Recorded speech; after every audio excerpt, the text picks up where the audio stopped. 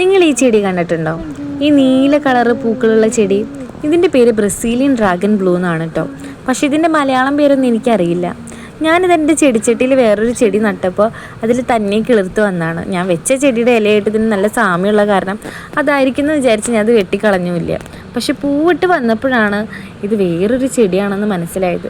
ഈ ചെടികളുടെ പൂക്കൾക്ക് ഈ 2 ഇതൾ മാത്രമേ ഉള്ളൂ കേട്ടോ. ഇതിന് നടുക്കിലായിട്ടൊരു വെള്ള കുത്തും കാണുന്നുണ്ട്. ഞാൻ അത് ആദ്യം നീലക്കൊടുവേലിയാണെന്ന് വിചാരിച്ചിട്ടുണ്ടായിരുന്നു.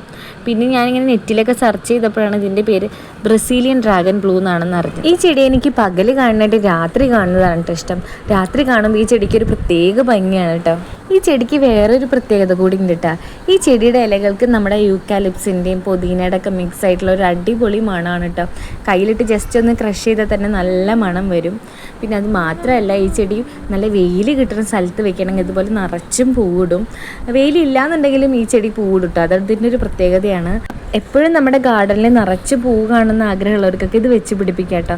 നല്ലൊരു ഓപ്ഷനാണ് ഈ ചെടി.